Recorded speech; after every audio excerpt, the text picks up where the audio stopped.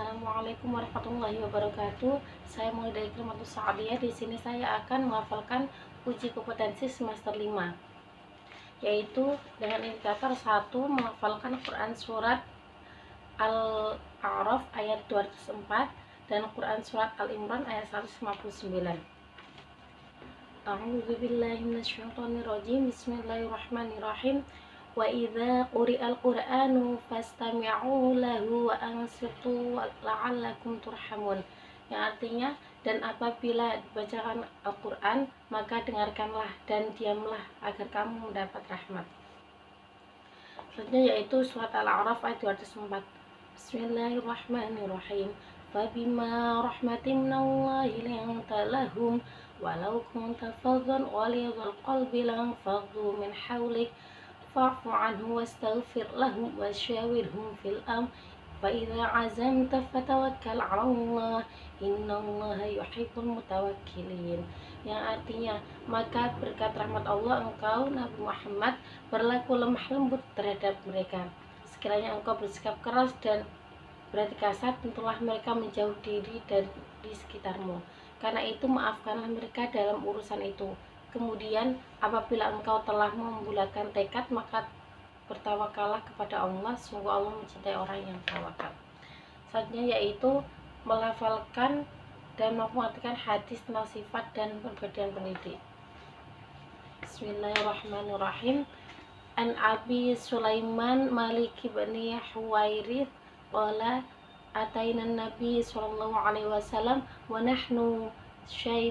nahnu syababatun mutaqarimuna fa aqamna 'indahu 'ishrina lailatan fa dhanna anna taqna ahlaha wa sa'alana 'amma tarakna fi ahlina fa akhbarnahu wa kana wafiqar rahiman fa qala irji'u ila ahlikum fa'alluhum wa muruhum wasallu kama wa ataitumuni usolli wa idha hadarat sholatu falyu'adzilakum ahadukum thumma liya ummakum akbarukum. Abu Sulaiman Malik Ibnu Al-Waris berkata, kami beberapa orang pemuda supaya datang kepada Muhammad SAW, lalu kami menginap bersama beliau selama 20 malam. Beliau menduga bahwa kami telah merindukan keluarga dan menanyakan apa yang kami tinggalkan maka keluarga. Lalu kami beritahunya kepada Nabi Muhammad, beliau adalah orang yang halus perasaannya dan penyayang, lalu berkata, kembalilah kepada keluargamu, ajaiblah mereka.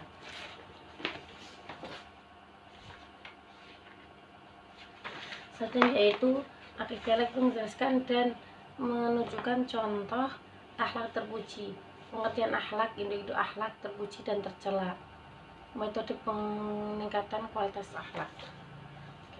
Akhlak terpuji atau perbuatan yang baik. Induk-induk akhlak terpuji dan tercela. Terpuji memiliki sifat terpuji, yaitu seperti memiliki sifat jujur, pemberani, menjaga kehormatan dan adil. Induk akhlak tercela bisa dilihat dari sebaliknya, itu bohong, munafik, penakut, tidak menjaga kehormatan. Sebaliknya adalah hal terpuji itu. Metode peningkatan kualitas akhlak: mendengar dengan ceramah agama, selalu latihan disiplin, terus selalu meneladani sifat-sifat yang baik. Macam-macam akhlak terpuji yaitu ada husnuzon, taubat, akhlak dalam berpakaian,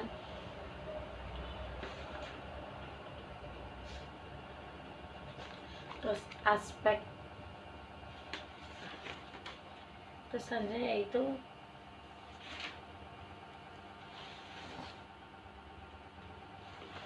fikih, menjelaskan prinsip-prinsip ibadah dan syariat dalam Islam, yaitu ada hukum Islam tentang kepemilikan, konsep perekonomian dalam Islam dan hikmahnya, terus hukum Islam tentang pelepasan dan perubahan harta beserta hikmahnya, hukum Islam tentang wakalah dan suhu beserta hikmahnya, melafalkan hafal tahlil.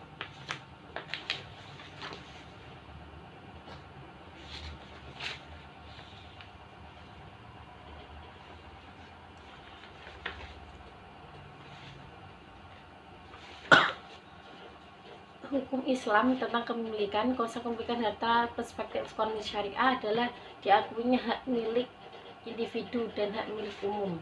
Islam membolehkan setiap individu untuk memiliki hak milik pribadi, tapi harus sesuai dengan ketentuan syariat sehingga hak milik pribadi dapat manfaat bagi orang lain. Terus selanjutnya itu konsep perekonomian Islam dan hikmahnya. Dalam ekonomi Islam, penumpukan kekayaan oleh sekelompok orang dihindarkan dan secara otomatis tindakan untuk memindahkan aliran kekayaan kepada anggota masyarakat harus dilaksanakan. Terus sistem ekonomi Islam merupakan sistem yang adil berupaya menjamin kekayaan tidak terkumpul hanya kepada satu kelompok saja, tapi tersebar ke seluruh masyarakat. Kegiatan ekonomi harus diatur sedemikian rupa sehingga tidak terlalu banyak harta dikuasai pribadi. Terus dalam bermuamalah, Islam menganjurkan untuk mengatur muamalah di antara sesama manusia atas dasar amanah, jujur, adil, dan memberikan kemerdekaan bermuamalah secara jelas bebas dari unsur riba. Islam melarang terjadi pengingkaran dan pelanggaran larangan-larangan dan menganjurkan untuk memenuhi janji serta menunaikan amanat.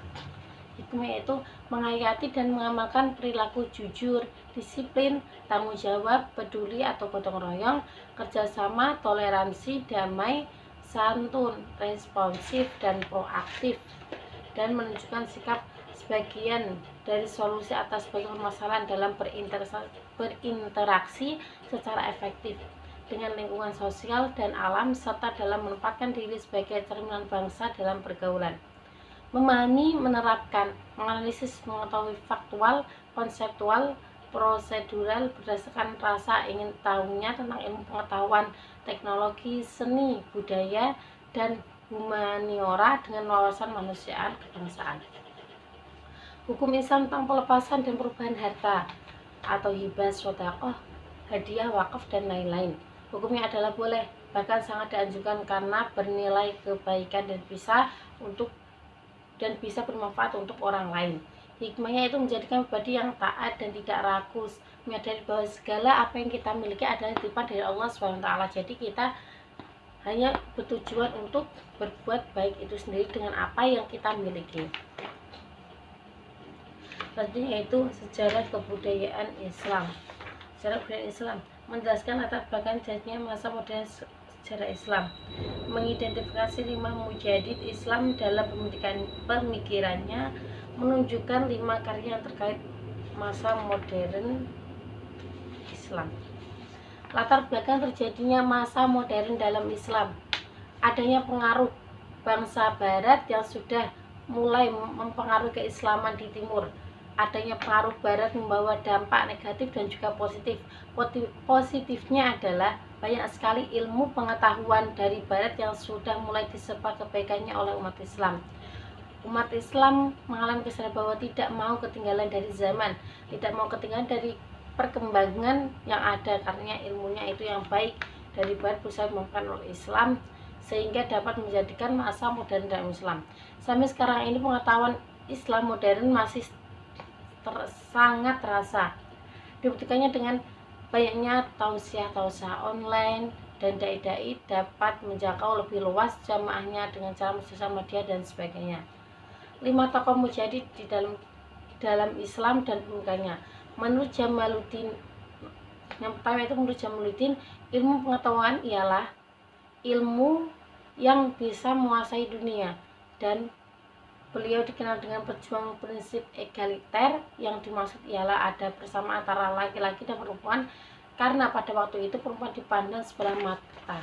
Menurutnya pula bahwasanya filsafat ialah ilmu yang sangat tinggi kedudukannya daripada ilmu yang lain. Yang kedua itu tahtawi, ialah mengenai tentang pendidikan, karena dengan ratanya pendidikan laki-laki dan perempuan baginya sangat berguna dan bermanfaat untuk membuka pembaharuan dalam Islam. Yang ketiga itu Muhammad Abduh, mengenai pendidikan sangat strategis dan sistematis, ditujukannya pada Universitas Al-Azhar, yang mana kurikulumnya harus diubah karena ilmu pengetahuan yang umum itu sangat penting juga dan harus dipelajari dan dikuasai untuk menyampaikan bangsa Barat dalam soal pemikiran. Yang keempat yaitu Rashid Ridho, pemikirannya mengenai pendidikan ialah bahwasanya umat Islam dituntut untuk bisa menguasai ilmu pengetahuan umum juga, karena pada hakikatnya ilmu yang berasal dari barat tidak bertentangan dengan hukum Islam. Rashid Riyadhah dan sebuah lembaga pencampur kurikulum barat dan agama menjadi satu di lembaga tradisionalnya. Yang terakhir yaitu Qasim Amin, pemikirannya mengenai seorang wanita yang dianggap berkahnya tidak dihargai. Berkat Qasim Amin, martabat dan harga wanita sekarang sudah terangkat.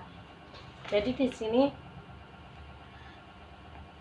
intinya dalam pemikiran Mujadid Islam yaitu bahwa pengetahuan itu sangat luas dan harus dikaji, itu diharuskan dikaji itu dengan sangat luas atau dengan sangat umum, karena untuk pentingnya untuk ke depan masa depan kita nantinya, dan juga tidak memandang rendah seorang perempuan, karena hakikatnya seorang perempuan dan laki-laki itu untuk ketika mencari ilmu itu mempunyai kedudukan yang sama.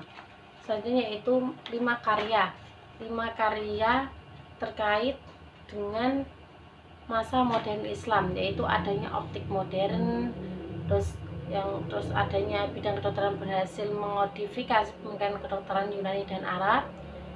Selanjutnya yaitu ilmu matematika atau aljabar. Yang terakhir itu ditemukannya 2 operasi utama kimia, yaitu kalinikasi dan reduksi kimia. Ia juga memperbaiki metode penguapan, sublimasi, peleburan, dan kristalisasi. Sekian dari saya. Assalamualaikum warahmatullahi wabarakatuh.